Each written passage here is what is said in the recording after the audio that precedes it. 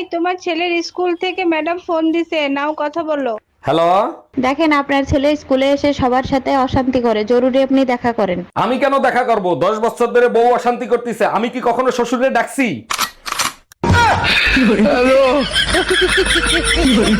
আচ্ছা শোনো, তোমার দেয়ালে বেনারসি শাড়ি ঝুলানো দেখলাম, ওগুলো কাদের? আগের 3 বোর 3 খান শাড়ি, ওরা গরম একদম সহ্য করতে পারতো না, হিট স্ট্রোক করে মারা গেছে। তুমি একটু সাবধানে থাকো। তুমি একদম টেনশন নিও না, এরপরে বেনারসি না শেরওয়ানি টাঙানো থাকবে।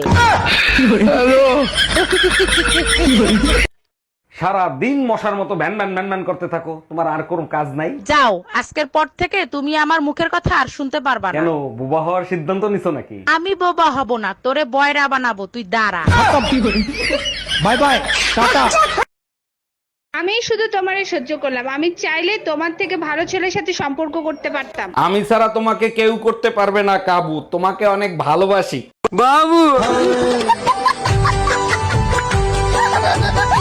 আচ্ছা মামি, গরজামাই বলতে কি বুঝেন? हमने मामू জি, हमने मामू আপনার মামু जी কিভাবে हमने गर्विता है বড় হইতেছে? এই কারণে गर्दमा গরজামাই। जी মামু, আপনি কি গরজামাই? না, তাহলে আমি বাবা। আপনি বালা? হ্যালো। তোমার সাথে জরুরি কথা আছে, সামনাসামনি বলবো, এক্ষুনি পার্কে আসো। এই গরমে তুমি বাইরে বের হয়েও না, বাইরে অনেক রোদ, তুমি কালো হয়ে যাবে তো।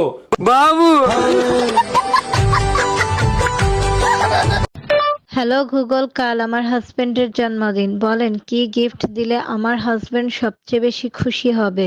খুশি হবে বেশি যদি পাশের বাড়ির ভাবির নাম্বার দিতে পারোস, তার থেকেও বেশি খুশি হবে যদি তালাক দিতে পারোস। সারাদিন ঘরে বসে থাকি, ভাবছি কিছু একটা করব। আচ্ছা কি করব বলো তো? তোমার ভিতর যে প্রতিভা আছে সেইটা কোনো ভালো কাজে লাগাও, দেখবা টাকাও ইনকাম হবে, তোমার সময়ও পার হবে। আমার ভিতর তো ঝগড়া করার ভালো প্রতিভা আছে, এর জন্য কি কেউ টাকা দেবে? আচ্ছা, মা বললো তুমি নাকি বিয়ের আগে অনেক বড় শয়তান ছিলা। শুধু শয়তান ছিলাম না, শয়তানের মহাগুরু ছিলাম। জানো, শয়তানের কাছে কখনো শয়তান আসে না, আসে ভালো মানুষ। শয়তান যেখানে না যাইতে পারে সেখানে বউ পাঠায় দেয়। हम इसका पति है, हमको सिर्फ फांसी का सजा चाहिए। ধুর, আর ভাল লাগে না তোমার সংসারে ঘানি টানতে টানতে আমার সোনার অঙ্গ একদম ছাই হয়ে গেছে। টাকা পয়সা নাই, কিছু সোনা দিলে তো বিক্রি করা পারতাম। আচ্ছা সোনা যখন নাই দিছো, একটু ছাই দিও, দাঁত মাছ মনে। কি বললা? দুনিয়ায় এত কিছু থাকতে তুই মসজিদের মাইক চুরি করতে গেছিলি কেন? ভাবছিলাম আল্লাহর জিনিস চুরি করলে কেউ কিছু বলবে না। আমি বুঝলাম না, ইমাম সাহেব তোরে হাতে নাতে ধরার পরে ছাইড়া দিল কেন? ইমাম সাহেবরে বললাম আজান বাসা পর্যন্ত পৌঁছায় না, তাই সামনে নিয়ে লাগাচ্ছি।